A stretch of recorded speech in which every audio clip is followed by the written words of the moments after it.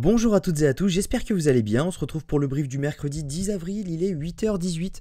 Aujourd'hui, on va parler donc du trade qu'on a pris hier. Malheureusement, c'était un SL après une longue série de TP, donc ça allait finir par arriver, donc c'est comme ça. On parlera également des news économiques, du ratio long and short, du funding, open interest, des liquidations. On finira par l'analyse technique en passant par ce que font les whales. Donc tout simplement, ce trade hier. Donc je l'ai partagé directement sur le Discord. Je crois que je l'avais mis également sur la vidéo d'hier, je ne sais plus. Donc c'était une rentrée tout simplement sur la zone OTE de ce mouvement haussier. Donc qu'on soit d'accord, hop. Donc la zone OTE de ce mouvement haussier, donc juste là. Derrière, on avait également un retest de FVG et on avait également le retest de cette trend. Donc ça avait parfaitement rebondi parce que nous on était rentré ici, on était pas mal parti, mais voilà, il a décidé à un moment de réintégrer, sachant que quand c'est parti, en général, c'était vraiment bullish. Moi, ce que j'ai trouvé, c'était vraiment clean. Quand on voit que, admettons, genre on se remet là, quand vous voyez ça, honnêtement, et que vous êtes rentré ici, c'était franchement magique. Moi j'ai directement pensé qu'on allait faire un truc directement parabolique comme ça, ou même petite liquidation ici, et derrière ça pousse fort. Donc voilà ce que je pensais vraiment qu'on allait faire, et finalement voilà, ça s'est pas du tout passé comme prévu. Mais ça arrive. Et vous allez voir techniquement que tout simplement on pourrait rebondir ici. Mais il y a également une deuxième zone de rebond probable. Donc on va voir ça ensemble. Au niveau des news économiques, on a aujourd'hui donc l'inflation américaine à 14h30, ça va bouger énormément les marchés. On va avoir également à 20h la minute de la Fed, donc c'est pareil, ça va être très impactant pour le consensus de la prochaine réunion FOMC qui a lieu dans 21 jours. Il y a 6,3% de chances que les taux baisse à la prochaine réunion, donc ça va être très impactant et ça va être sympa de regarder les résultats qu'on va avoir. Donc à mon avis à 20h vous pouvez vous connecter sur cmegroup.com, Market Interest, et directement voir le consensus. Donc ça va être plutôt intéressant. Au niveau du ratio long and short, on n'a pas d'augmentation des longs, on n'a pas d'augmentation des shorts, on est vraiment sur du kiff-kiff, hein. Vous allez voir au niveau des fundings, on a eu une petite augmentation du nombre de shorts à partir de 17h hier. On le voit tout simplement, là on a une augmentation de l'open interest avec une diminution des funding. Donc c'est vraiment à court terme. Donc tout ici, on a des gens qui ont short. Donc là actuellement ils sont sous l'eau.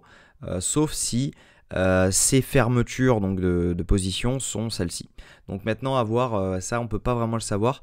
Mais voilà, derrière on a eu du long qui s'est ouvert un tout petit peu, et encore c'est plus kiff-kiff. Vraiment c'est compliqué là, étant donné que les marchés ne bougent pas. Ici on voit qu'on avait eu du long qui s'était ouvert. Derrière on fait quoi? Hop, juste ici. Derrière on fait quoi? Tout simplement ils ont dû s'ouvrir avec des SL juste ici. On vient les chercher. Donc voilà, ça pourrait être intéressant de voir ce qu'on fait avec les shorts. Peut-être qu'on va venir les chercher ici. Donc ça pourrait être plutôt sympathique. Au niveau des liquidations, on voit, c'est vraiment que du short qui s'est ouvert à la majorité. On a du long, mais voilà, c'est essentiellement du short qui s'est ouvert. On n'est pas à l'abri donc de faire une petite mèche donc sous ses plus bas. De nouveau une petite mèche sous ses plus bas pour liquider les derniers longs. Peut-être qu'on a pas mal de gens qui vont short et se convaincre que ça va dump, et puis derrière on liquide tout. Donc ça pourrait être intéressant de regarder ça. Si jamais on regarde donc sur 24 heures, on a des liquidations qui sont à la hausse, qui nous emmènent presque à 72 000. Si jamais on regarde sur 3 jours, on a la même chose.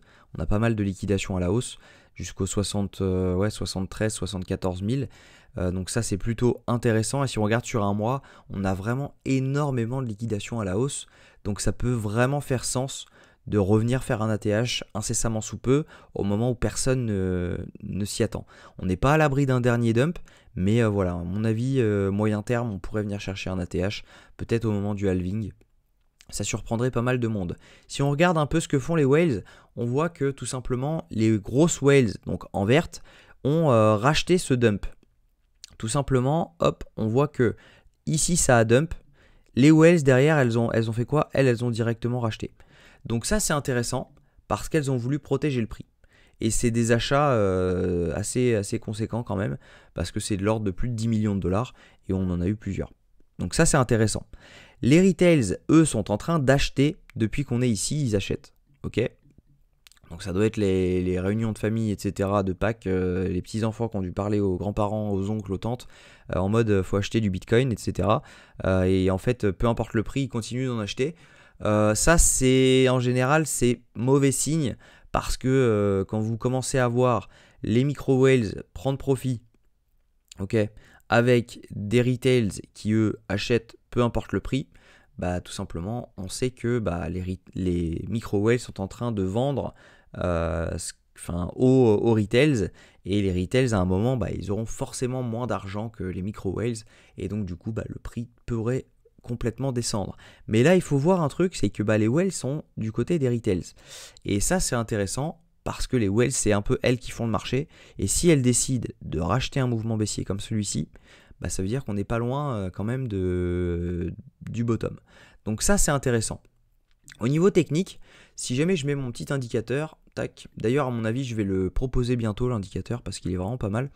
Je l'ai codé avec un ami et il est vraiment pas mal. Donc on verra ça ensemble, je ferai une vidéo dessus. Je vais me mettre en 1 heure et vous allez voir pourquoi on pourrait rebond maintenant. On voit juste ici, hop, ça va s'actualiser. Voilà, juste ici il y avait un FVG. Et en fait moi je pensais qu'on pourrait venir chercher cette zone OTE. Donc la zone OTE, pour rappel, c'est quoi hein? C'est la zone, c'est un retracement de 61%, 61,8% entre le plus bas et le plus haut. Et tout simplement, bah voilà, on a ce plus bas, ce plus haut, on retrace de 61,8% et derrière on peut repartir. Et en général, c'est ce qui nous donne les mouvements ABC. Et donc là, on n'est pas venu chercher cette zone OTE, mais pourquoi ? Parce que tout simplement, on n'a pas de FVG, on a un FVG en dessous, on aurait pu venir le chercher, remarque, celui-ci, mais voilà, on avait un gros FVG à venir chercher juste avant, et il se trouve qu'on a rebondi parfaitement dedans. Donc, on a ce FVG, on a également cette zone de demande juste ici, là en gros, on peut la tracer même avec un rectangle, tac, elle commence où ? Elle commence là, voilà. On pourrait presque prendre ça. Et en fait, vous voyez, si jamais on prend ça, bon, c'est de l'à peu près. Hein, ça, les zones de demande, en général, c'est jamais vraiment précis. On pourrait la monter jusqu'ici, voilà. Et là, on voit, en gros, que cette zone-là, elle est énormément demandée. On le voit, hein, on a tout simplement, tac, je vais reprendre mon stylo. On a une touche ici, une touche ici. Là, pareil, ça a servi de résistance. Ensuite, on s'en est servi comme support. Ok, on a rebondi exactement dedans. Derrière, on fait quoi ? Pareil, même chose, on rebondit dedans. À un moment, ça break, on s'en resserre comme support, comme résistance, pardon. Hop, on s'en resserre encore, on s'en resserre encore. Et en fait, ça joue comme un aimant. Donc, ça pourrait être le milieu de ce range, en fait, qui, quand on passe dessous, on va revenir dedans. Et quand on passe au-dessus, on va revenir dedans à un moment. Et en fait, là, on est passé au-dessus. Et ce qui est intéressant de voir, c'est que là, on était passé au-dessus, on a réussi. On s'en est resservi comme support. On s'en est resservi comme support. On s'en est resservi comme support. Boum, on break. On fait quoi ? On revient dedans. On s'en sert comme résistance. On revient dedans. Hop, ça break. On s'en resserre comme support. On casse et on s'en resserre comme support. Et ça, c'est assez étonnant. Vraiment, on a une zone qui est énormément défendue, que ce soit par les acheteurs et les vendeurs. Donc on pourrait se dire, cette zone-là, c'est le milieu de ce range dans lequel on est en ce moment, entre ces zones-ci et ces zones-ci. Donc, on a cette trendline, ok. Donc en gros, tout simplement, ce range, il est peut-être tout simplement ici. Hein. On a peut-être ça et on a peut-être ça. Et ça serait intéressant.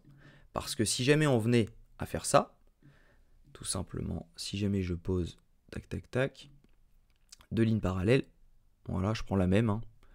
Je prends la même, voilà, tac.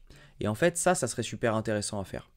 Parce que on pourrait venir chercher au minimum les 79 000, 80 000 $, au minimum, si jamais on était sur cette structure-là. Et moi, je pense qu'on pourrait être sur cette structure, étant donné qu'on n'a plus grand-chose à venir chercher en bas. On en a, mais finalement, on en a quand même moins qu'ici. Les whales sont de notre côté, ils rachètent un peu tous les dips. Donc clairement, moi, je pense qu'on pourrait revenir faire un plus haut et pourquoi pas après tenter un truc qui soit comme ça, quoi. Tac, et puis à un moment, voilà, ça se décide, ou ça se décide par le haut, j'en sais rien, mais voilà, le scénario, il pourrait être d'avoir un canal ascendant comme ça, Et puis à un moment, soit on le break par le haut, soit on le break par le bas. Mais voilà, à mon avis, on pourrait faire une deuxième touchette. Je pense qu'on n'est pas à l'abri de venir taper le haut de ce canal. Donc moi, je vais laisser ce canal pour voir, et puis pour la science. Et puis voilà. Donc j'espère que cette vidéo vous a plu. Si c'est le cas, je vous invite à liker, commenter et vous abonner. On est bientôt 1000 sur la chaîne, ça fait trop plaisir. Si jamais vous voulez la soutenir, n'hésitez pas à vous abonner. Je vois qu'il y a pas mal de personnes qui regardent les vidéos mais qui ne sont pas abonnées. Et c'est dommage parce que ça aiderait vraiment la chaîne à se développer. Je vous souhaite une bonne journée, prenez soin de vous. À demain, même heure.